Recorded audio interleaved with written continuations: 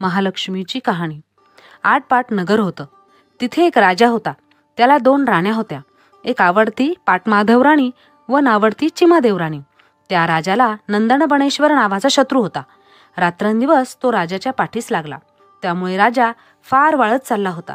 एके दिवशी मात्र राजाने सर्व लोकांना बोलावून त्या शत्रूस मारण्यास सांगितले. ते लोकांनी मान्य केले. ते त्याचा शोध घेऊ लागले. त्याच नगरात एक म्हातारीचा मुलगा होता. त्याने तिच्याकडून भाकरी घेतली व शत्रूस मारण्यास निघाला. म्हातारी त्या म्हणाली, आपण गरीब आहोत. ही वाळलेली भाकरी आहे. 4 पावलं पुढं जा आणि झाडाआड खा, म्हणजे कोणी हसणार नाही. त्याप्रमाणे तो सगळ्यांच्या पुढे गेला. इतक्यात संध्याकाळ झाली. लोक परत आले. शत्रू काही सापडला नाही. राजाला काळजी लागली. खूप रात्र झाली म्हणून म्हातारीचा मुलगा तिथंच राहिला. मध्यरात्री नागकन्या देवकन्या तिथं आल्या. महालक्ष्मीचा वसा वसू लागल्या. त्या मुलाने विचारले तेव्हा त्यांनी सांगितलं की पडलं झडलं सापडतं, मणिचिंतीलं कार्य होतं. हे ऐकताच तोही त्यांच्याबरोबर वसा वसू लागला. पूजा केली, घागरी फुंकल्या. पहाटेस उत्तर पूजा केली. जशी महालक्ष्मी माता कोल्हापुरास निघाली तसा नागकन्या देवकन्या यांनी आशीर्वाद मागितला. या मुलानेही मागितला. देवीनं दिला, राजाचा शत्रू मरेल, तुला अर्ध राज्य मिळेल. नवलवाट नाव ठेवील, तो वैरी उद्या राजाच्या अंगणात मरून पडेल. व देवी अदृश्य झाली. म्हातारीचा मुलगा घरी आला. दुसऱ्या दिवशी राजाच्या अंगणात वैरी मेलेला दिसला. त्यानं चौकशी केली. म्हातारीचा मुलगा सर्वात मागे होता. त्यानं मारलं असावं असं लोकांनी सांगितले. राजाने त्याला बोलावून घेतलं. त्यासंबंधी त्याला विचारले. मुलाने रात्री घडलेली सर्व हकीकत सांगितली. देवीच्या वराने तो मेला असे सांगून देवीने दिलेला आशीर्वादही सांगितला. शत्रू मेला म्हणून राजाला खूप आनंद झाला. त्याने मुलाला अर्ध राज्य दिलं. नवलवाट नाव ठेवलं. पुढं म्हातारी व मुलगा आनंदाने राहू लागले. ही बातमी आवडत्या राणीला समजली. तिने नवलवाटाला बोलावून घेतलं. वसा कसा करावा म्हणून तिने विचारलं. नवलवाटानं तातू दाखविला. आश्विन मासात पहिल्या अष्टमीला 16 सुतांचा तातू तेल हळद लावून करावा. 16 दुर्वा 16 तांदूळ घ्यावे. तुळशीचं पंचामृताने पूजा करावी. 16 अर्घ्य द्यावीत. धूप दीप दाखवावा. नैवेद्य दाखवून कहाणी करावी. हा वसा घेणाऱ्यांनी तातूची पूजा करावी. तातू हातात बांधावा. दुसरी कहाणी चतुर्थी व तिसरी चतुर्दशीला करावी. याप्रमाणे आश्विन मासी करावं. वसा घेऊन राणी व्रत करू लागली. एक दिवशी राजा राणीच्या महाली आला. सारीपाट खेळताना राजानं राणीचा तातू पाहिला. राणीनं तातूची हकीकत सांगितली. आपल्याकडे एवढे हार कंकण आहेत, हे व्रताचं सूत तोडून टाक. राजा म्हणाला. रात्री राजा राणी निजली. सकाळी दासीला तो तातू सापडला. तिनं नवलवाटाला दिला. त्याला राणीचा खूप राग आला. इतक्यात नावडती राणी भेटली. तिने तातू मागून घेतला आणि वसाही समजावून घेतला. आश्विन मासी पहिली अष्टमी आली. देवी महालक्ष्मीनं म्हातारीचं सोंग घेतलं.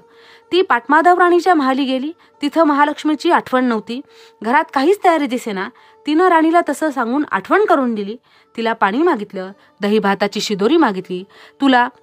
तिनं राणीला शाप दिला. तुला दिलं तर राज्याला पुरणार नाही असं राणीनं त्याला सांगितलं. म्हातारीला राग आला. तिनं राणीला शाप दिला. सवतीच्या नानी डाराडुरी करशील, अर्ध अंग बेडकाचं अर्ध अंग मनुष्याचं होईल. राणी ऐकून उपासानं हसली. म्हातारी चिमादेव राणीच्या महाली आली. तिला सगळी गडबड दिसली. पूजा साहित्य, महालक्ष्मीचा मुखवटा दिसला. चिमादेव राणी, आज तुझ्या घरी काय आहे? म्हातारीने विचारलं. आज माझ्या घरी महालक्ष्मी आहे. म्हातारी म्हणाली. महालक्ष्मी म्हणतात ती मीच. कसं ओळखायचं? राणी म्हणाली. तेव्हा ती सकाळी कुवारीन, दुपारी सवाशीन व संध्याकाळी पोक्तबाई झाली. राणीला तिचं रूप दिसली. राणीनं तिला घरी घेतलं. नाहूमाखू घातलं. पितांबर दिला आणि चौरंगावरती बसवलं. राणीनं व नवलवाटानं तिची यथासांग पूजा केली. संध्याकाळी देवीसमोर ती घागरी फुंकू लागली. तो आवाज व धुपाचा वास राजाच्या महाली आला. राजानं शिपायांना चौकशी करण्यास सांगितलं. शिपाई नावडतीच्या घरी गेले. महालक्ष्मीचं दर्शन घेतलं. परत येऊन राजाला त्यांनी सर्व हकीकत सांगितली. राजा राणीकडे आला. राणीनं पंचारतीनं ओवाळी त्याला मंदिरात घेऊन गेली. सारीपाट खेळता खेळता पहाट झाली. महालक्ष्मी माता कोल्हापुरी जायला निघाली. राणीनं आशीर्वाद मागितला. राजा तुला सकाळी घेऊन जाईल आणि तुझी सवत मात्र शाप भोगेल. चिमादेवीनं उशाप मागितला. तसं देवीनं सांगितलं. तिला 12 वर्ष वनवास घडेल म्हणून ती अदृश्य झाली. सकाळी राजानं रथातून तिला वाड्यासमोर ती आणलं. पाटमाधव राणीला तू सामोर ये असा निरोप पाठवला. फाटके तुटके कपडे घातले. केस मोकळे सोडले. कपाळी मळवट, डोक्यावरती जळतं खापर अशा रूपात ती पुढे आली. तेव्हा राजानं शिपायांना तिला रानात मारून टाका असा हुकूम दिला. शिपायांनी पाटमाधव राणीला रानात लिहिलं. शिपायांनी तिच्या हातचं खाल्लं होतं. त्यांनी तिला मारलं नाही व पुन्हा या राज्यात कधी येऊ नकोस असं सांगून राणीला तिथं सोडून दिलं. राणी नगरात गेली. लोकांनी तिला हाकलून दिले. ती रानात गेली.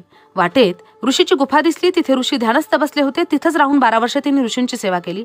ऋषी प्रसन्न झाले. सेवा का करतेस मुली, ऋषीने विचारलं. तिनं अभय मागून सर्व हकीकत सांगितली. ऋषींनी तिच्यावरती महालक्ष्मीचा कोप झाल्याचे सांगितले. महालक्ष्मीचे व्रत कर, ऋषी म्हणाले. राणीनं महालक्ष्मीला आशीर्वाद मागितला. देवीनं उशाप दिला. या झाडाखाली सकाळी सगळी तयारी कर. पाय धुवायला पाणी ठेव, चंदनाची उटी, फराळ, कापूर विडा, वाळ्याचा पंखा ठेव. तुझ्या हाताचा वास येऊ लागेल. राजा इथं आज न उद्या नक्की येईल. दुसऱ्या दिवशी राजाला विश्रांती घेऊन फराळ केला, पाणी प्याला, आत्मा थंड झाला. या सगळ्याला पाटमाधव राणीच्या हातचा वास आहे. राजाने विचारलं. शिपायांनी अभय मागून राणीला सोडून दिल्याचं सांगितलं. राजाच्या आज्ञेवरून राणीचा शोध घेतला. राजा ऋषींच्या गुहेत आला. त्याचं दर्शन घेतलं.